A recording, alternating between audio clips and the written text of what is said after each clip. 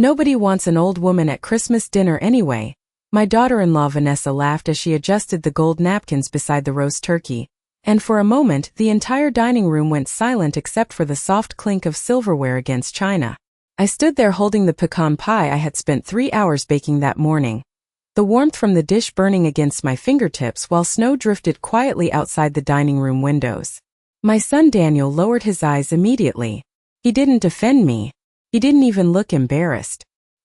He just reached for his wine glass as if nothing had happened. I remember staring at the Christmas tree behind them, the same tree I used to decorate every year with my late husband, Walter. White lights, glass angels, hand-stitched stockings. Traditions that once made this house feel alive now felt like decorations hanging inside somebody else's life. Vanessa laughed again when nobody responded to her joke. "Oh, come on," she said, waving her hand dramatically. "I'm kidding. Evelyn knows I'm joking." But I knew something everyone else at that table pretended not to notice. Jokes like that only come from people who have already stopped seeing you as family. My 8-year-old granddaughter Lily looked up from her mashed potatoes with wide eyes. "Grandma, are you leaving?" she asked softly. That question hurt more than Vanessa's words. Because children always notice the truth adults try to bury under polite smiles. I placed the pecan pie carefully onto the center of the table beside the cranberry dish and forced myself to smile. "No, sweetheart," I said gently. "Grandma just needs some air." Vanessa shrugged and reached for the gravy boat while Daniel still refused to meet my eyes. The smell of cinnamon candles and baked ham suddenly felt suffocating.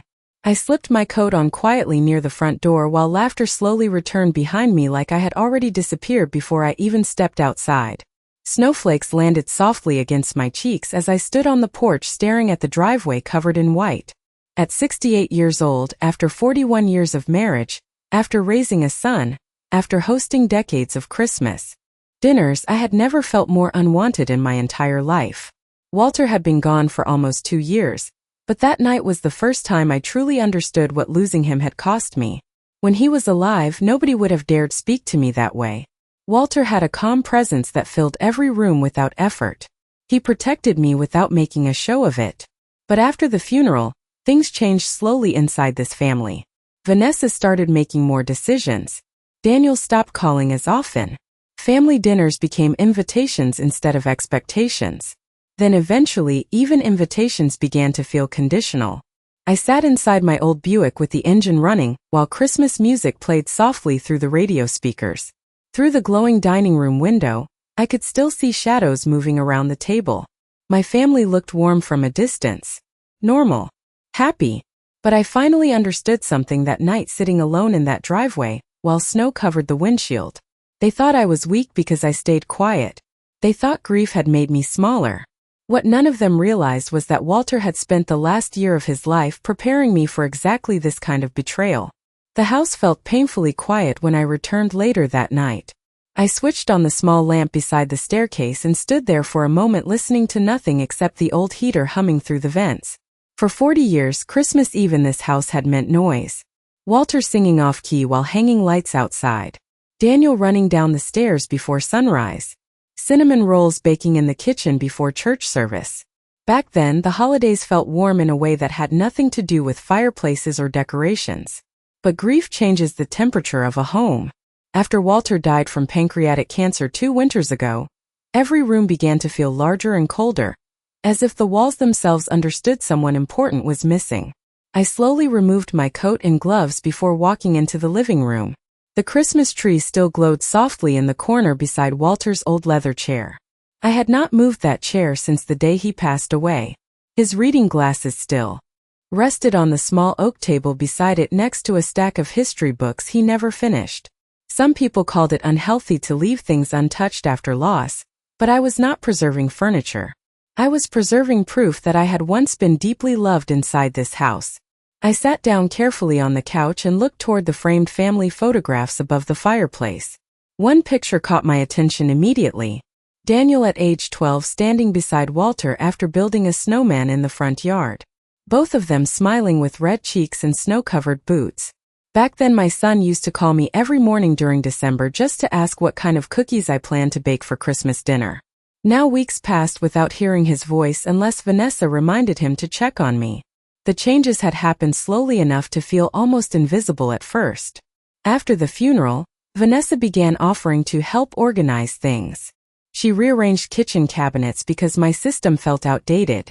She replaced the traditional decorations with modern silver ornaments that looked more like hotel decorations than family memories. She convinced Daniel that hosting holidays at their house would be easier for everyone. Then eventually she stopped asking my opinion altogether. Last spring I arrived for Easter dinner and realized my usual chair at the dining table had disappeared completely. Vanessa smiled and said she needed extra room for the children. During summer she started calling before visits to ask whether I really needed such a large house anymore. Every conversation somehow circled back to money, maintenance, or how difficult life supposedly became for younger families. At first I ignored the comments because I wanted peace. Widows learn quickly that people become uncomfortable around sadness. So I stayed pleasant, quiet, grateful for every invitation. But sitting there alone on Christmas Eve, I finally admitted something to myself that I had avoided for months. Vanessa was not trying to include me in the family. She was slowly replacing me inside it. I closed my eyes and leaned back against the couch, exhausted from pretending not to notice. Then suddenly I remembered. Something Walter told me during his final week at the hospital. His voice had been weak, but his eyes remained steady when he squeezed my hand and said, "Promise me you will not let anyone push you out of your own life after I am gone." At the time I thought he was speaking from fear. That night, for the first time, I realized he might have been warning me. 3 days after Christmas, I drove to Daniel and Vanessa's house with 2 containers of leftover cookies, and the wool scarf Lily had forgotten at my place the week before. Snow still covered the sidewalks in thin gray piles. An inflatable reindeer leaned sideways in front yards across the neighborhood, as if even the decorations were tired after the holidays. I remember sitting in my Buick outside their house for almost 5 minutes before walking up to the front door, because something inside me already felt unwelcome there. Vanessa opened the door with surprise written clearly across her face before she quickly replaced it with a smile that never quite reached her eyes. "Oh," she said lightly, "you should have called first." I apologized immediately, even though I had spent most of my adult life teaching my own son that family never needed appointments. The house smelled like fresh paint and vanilla candles. At first I could not understand why the living room looked unfamiliar until my eyes landed on the fireplace mantel. Every framed photograph of Walter had disappeared. In their place stood matching white candles and staged holiday pictures of Daniel, Vanessa, and the children wearing coordinated sweaters. It looked less like a family home and more like a furniture catalog. "Where are Dad's photos?" I asked softly before I could stop myself. Vanessa adjusted one of the decorative pillows on the couch before answering. "Oh, I put some of the older pictures away during cleaning." The room looked cluttered. Older pictures. That was how she described my husband now. As if 41 years of marriage belonged inside a storage box in the garage. Daniel appeared from the kitchen carrying a mug of coffee and froze slightly when he saw me standing there. "Mom," he said. "We were not expecting company." "Company. Not. Family. Not Mom. Company." I handed Lily's scarf to him and tried to ignore the strange heaviness spreading through my chest. Then Lily came running down the hallway and wrapped her arms around my waist. "Grandma," she whispered excitedly, "come see my room." Before Vanessa could interrupt, Lily grabbed my hand and pulled me upstairs. The moment we entered her bedroom, I noticed another change immediately. The old cedar rocking chair that once belonged to Walter's mother was gone from the corner beside the bookshelf. I had given that chair to Daniel when Lily was born. "Where is the rocking chair?" I asked gently. Lily shrugged innocently while brushing hair away from her face. "Mom said it was too old and smelled funny." I smiled for Lily's sake, but inside something finally shifted completely. One missing photograph could be accidental. One rude comment during Christmas dinner could be dismissed as thoughtless. But piece by piece, memory by memory, Vanessa was removing every trace of me and Walter from that family. Not loudly, not dramatically, quietly, carefully, like somebody redecorating a room she already considered hers. Later that afternoon, while I stood in the kitchen rinsing coffee cups, I overheard Vanessa speaking in low tones to Daniel near the pantry. "She cannot manage that house forever," Vanessa whispered. "You know that." Daniel sighed heavily. I know. Just give it time. Time for what? Vanessa replied sharply. Eventually we need to think about the future. The property taxes alone are insane. I stood completely still with warm water running over my hands while their voices blurred together in the background. It was not concern I heard in Vanessa's voice. It was calculation. And for the first time since Walter died, I stopped asking myself whether I was imagining things. I finally understood exactly what was happening. The following Sunday morning, I woke before sunrise the way I always did during winter.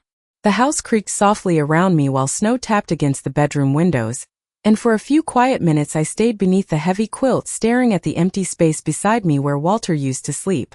Even after 2 years my body still reached for him before my mind remembered he was gone.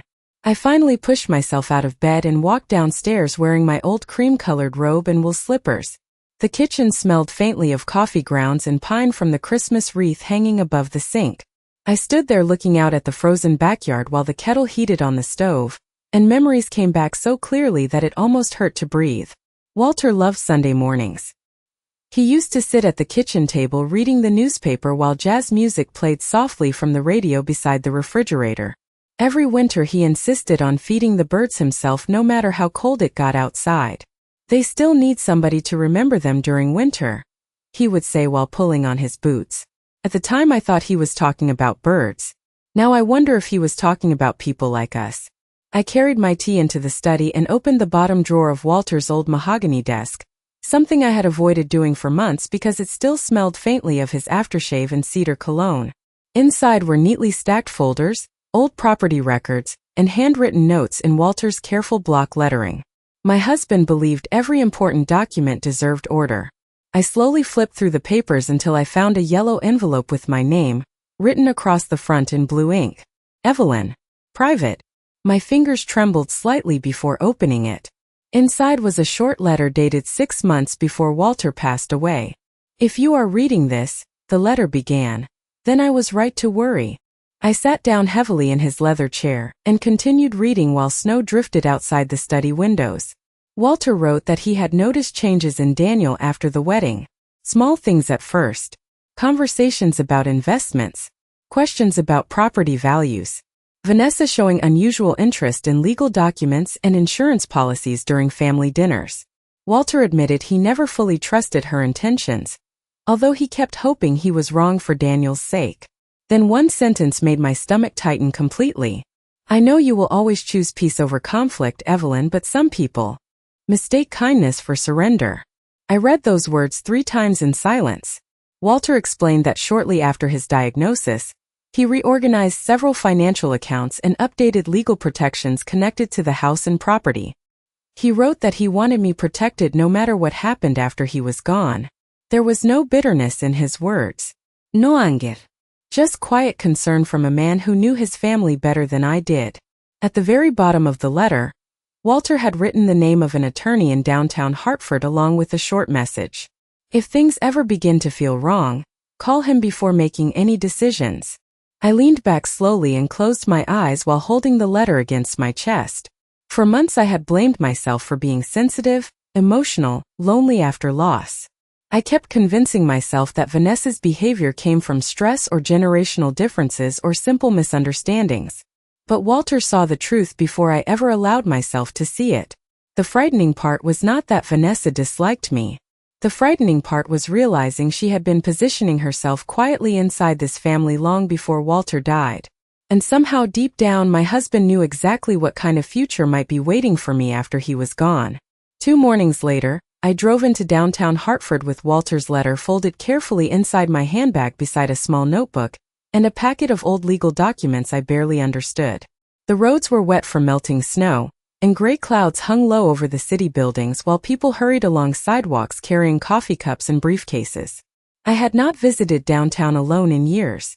Walter usually handled appointments involving banks, attorneys, or finances because he enjoyed details while I preferred quieter things like gardening and family dinners. By the time I parked near Main Street, my hands already felt cold despite the heater running inside the car.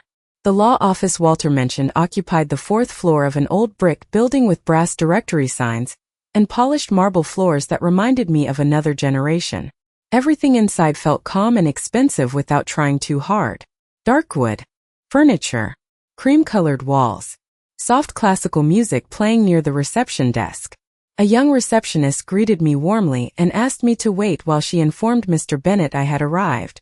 Less than 2 minutes later, a tall silver-haired man stepped out of the hallway holding Walter's letter in his hand. "Mrs. Carter," he said gently, "I wondered if I would eventually meet you." That sentence alone made my stomach tighten. He led me into a quiet office lined with shelves full of leather-bound legal books and framed photographs of sailing boats along the Connecticut shoreline. Mr. Bennett moved carefully, like somebody used to handling difficult conversations with dignity.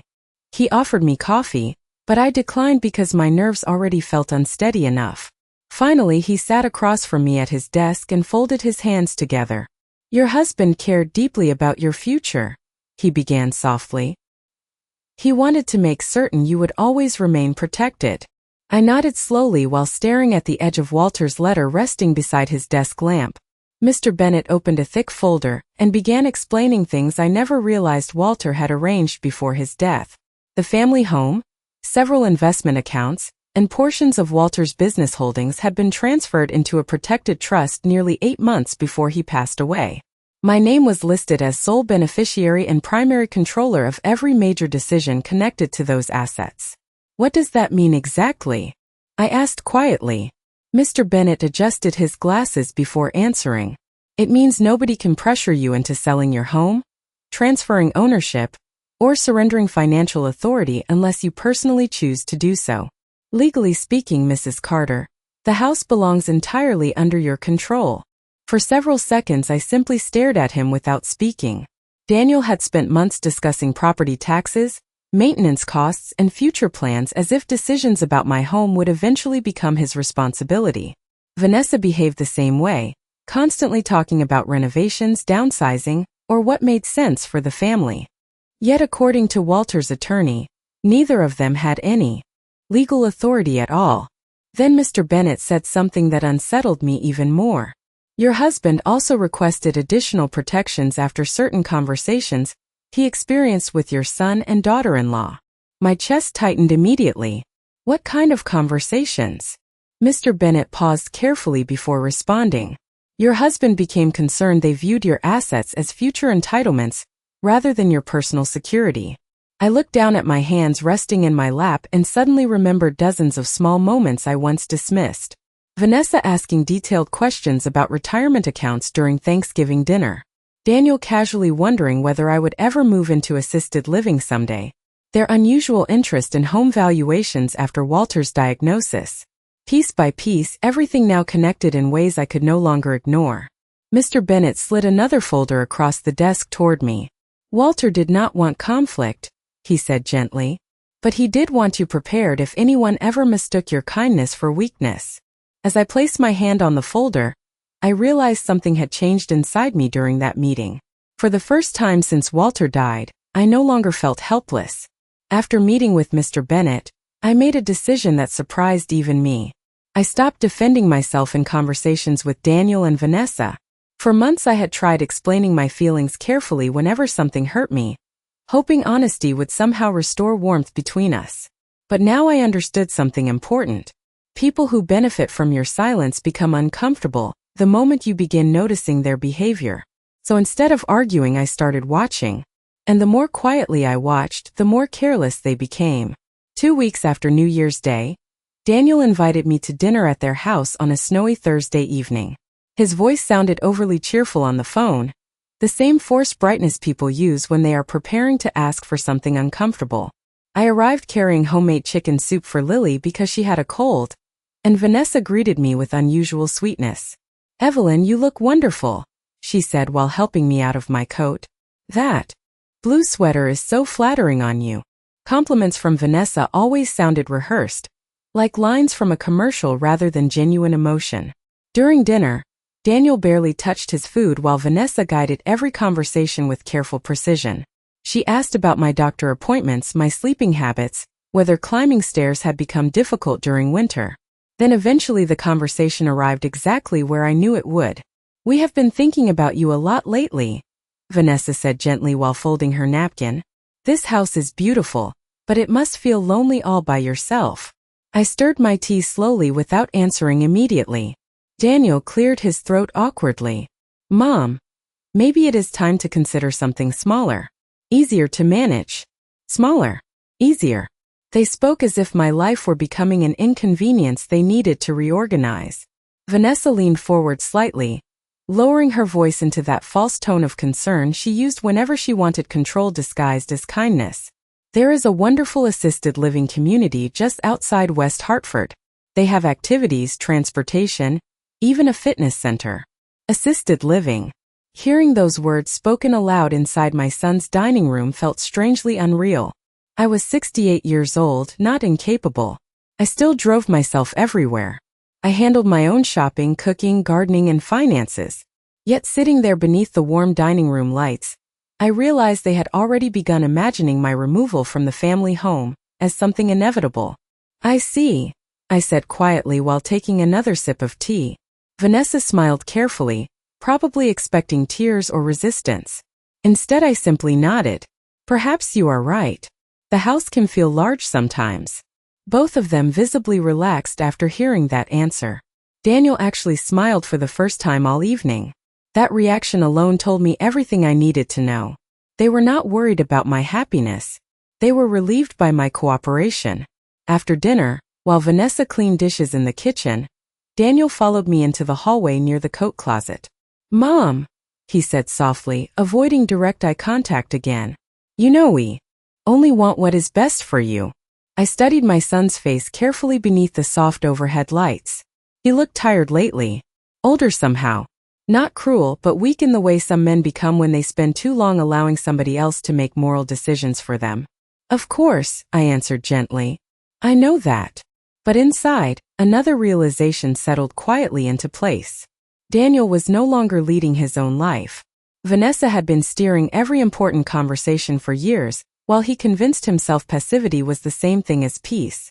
As I drove home through falling snow that night, I remembered something Mr. Bennett said during our meeting. People reveal their intentions most clearly when they believe the outcome is already secured. And for the first time, I understood exactly why Walter told me not to surrender my place in my own life. By early February, Vanessa stopped pretending her suggestions were casual conversations. Everything became more direct after I acted agreeable during dinner the week before. She began sending me links to retirement communities through email with cheerful little messages attached underneath. This one has a beautiful garden center. You would love the social activities here. Look how close this one is to our house. Every message sounded polite on the surface, but together they felt like somebody slowly packing boxes around a person who had not agreed to leave yet. Daniel rarely wrote those emails himself, but occasionally his name appeared beneath Vanessa's as if he had approved them without reading carefully. One snowy afternoon, Vanessa invited herself over carrying store-bought muffins and a folder tucked beneath her arm. I noticed immediately how confidently she walked through my front door now, as if the house already belonged to a future version of her life. I thought we could talk practically today, she said while setting the folder onto my kitchen counter. The word practically again. Vanessa loved words that sounded responsible because they disguised selfishness so neatly. I poured coffee into 2 mugs while she opened the folder and spread papers carefully across the table. Real estate estimates. Property. Tax comparisons. Market projections. Assisted living brochures with smiling gray-haired couples holding tennis rackets. You could make such a profit selling this place right now, she explained brightly. The market is incredible. I remained quiet while studying her face instead of the papers. Vanessa never asked what memories lived inside this house. She never mentioned Walter planting maple trees in the backyard when Daniel turned 10. She never asked how it felt waking up every morning surrounded by 40 years of marriage. To her, the house was numbers, equity, opportunity. And honestly, she continued, lowering her voice sympathetically, this much space can become dangerous for somebody your age during winter. Somebody your age. I almost smiled hearing it because Walter warned me years ago that manipulation often hides inside concern. You have stairs, ice outside, maintenance issues. Imagine how much easier life could become if everything were simplified. Simplified for whom, I wondered silently. Then Vanessa slid another document across the table toward me. Daniel and I spoke with a financial advisor, she said carefully. There are temporary forms that would allow us to help manage certain responsibilities before things become overwhelming. I looked down slowly at the paperwork. Power of attorney authorization. Limited financial control access. Temporary assistance forms. The language sounded harmless enough, but Mr. Bennett had already explained exactly how families sometimes gained control over elderly relatives one signature at a time. I picked up the papers calmly and adjusted my reading glasses while Vanessa watched me closely across the kitchen table. She expected confusion, fear, maybe gratitude. Instead, I nodded thoughtfully. This is certainly a lot to consider, I said softly. Vanessa relaxed immediately after hearing those words. There is no rush, she replied, though her eyes revealed something different entirely. Urgency, expectation, confidence. She genuinely believed the outcome was already decided. After she left, I carried the papers into Walter's study and placed them carefully beside the trust documents Mr. Bennett gave me. Then I sat quietly in Walter's leather chair, while afternoon sunlight faded across the hardwood floors. The contrast between those two sets of papers could not have been clearer anymore. One protected me. The other slowly erased me. Yet what unsettled me most was not Vanessa's behavior. It was realizing Daniel allowed every bit of it to happen without protest. Somewhere along the way, my son stopped seeing me as his mother and started seeing me as a problem waiting to be managed. But they were both making one enormous mistake. They still believed I did not understand what they were trying to do. The invitation for Vanessa's Valentine brunch arrived 3 days later inside a glossy red envelope with gold lettering across the front. Family Love and Gratitude Gathering. It read in Vanessa's careful handwriting. Even the title sounded artificial, like something copied from a lifestyle magazine. Daniel called me personally that evening to make sure I would attend. It would mean a lot to everyone if you came, Mom, he said warmly. Everyone. Another vague word people use when they want compliance without questions. I agreed calmly because by then I already suspected something important was coming. The brunch took place at Daniel and Vanessa's house on a bright Sunday afternoon with melting snow dripping steadily from the gutters outside. Vanessa had transformed the dining room into something that looked ready for a social media advertisement. Pink flowers in crystal vases. Heart-shaped pastries arranged on silver trays. Soft jazz music playing through hidden speakers. Friends from their neighborhood mingled around the kitchen island holding champagne glasses, while Vanessa floated gracefully through the room accepting compliments like a woman hosting a charity fundraiser instead of a family meal. I noticed immediately that she seated me at the far end of the dining table beside a couple I barely knew rather than near Daniel or the children. Small humiliations always arrived disguised as logistics with Vanessa. During brunch, conversation stayed shallow and cheerful until Vanessa finally stood near the fireplace and tapped her spoon lightly against a champagne flute. Before dessert, she announced brightly, Daniel and I wanted to share some exciting family news. My hands rested calmly around my coffee cup while I watched Daniel shift uncomfortably beside her. Vanessa smiled directly toward me before continuing. After many heartfelt discussions, Evelyn has started considering a simpler future with less stress and responsibility. Several guests turned toward me politely, nodding with sympathy I had never requested. Vanessa continued speaking smoothly as though the entire plan had already been finalized. We are exploring wonderful options that will help her enjoy life more comfortably, while also allowing the family property to move into its next chapter. Family property. Not my home. Not Walter's house. Family property. I glanced toward Daniel, waiting silently for him to correct her wording or at least soften the implication. Instead, he gave a weak little nod and lifted his champagne glass. We just want what is best for Mom, he added quietly. In that moment, something inside me became very still. Not angry. Not emotional. Clear. I realized they had already begun publicly positioning my removal as an act of love rather than control. Vanessa wanted witnesses. She wanted people to remember this brunch as the moment the family gently helped poor elderly Evelyn transition into a smaller life. That way, later decisions would appear natural instead of calculated. Vanessa turned toward me with a smile polished enough to belong on television. Evelyn, she said sweetly, would you like to tell everyone how relieved you feel knowing Daniel and I are helping with the next steps?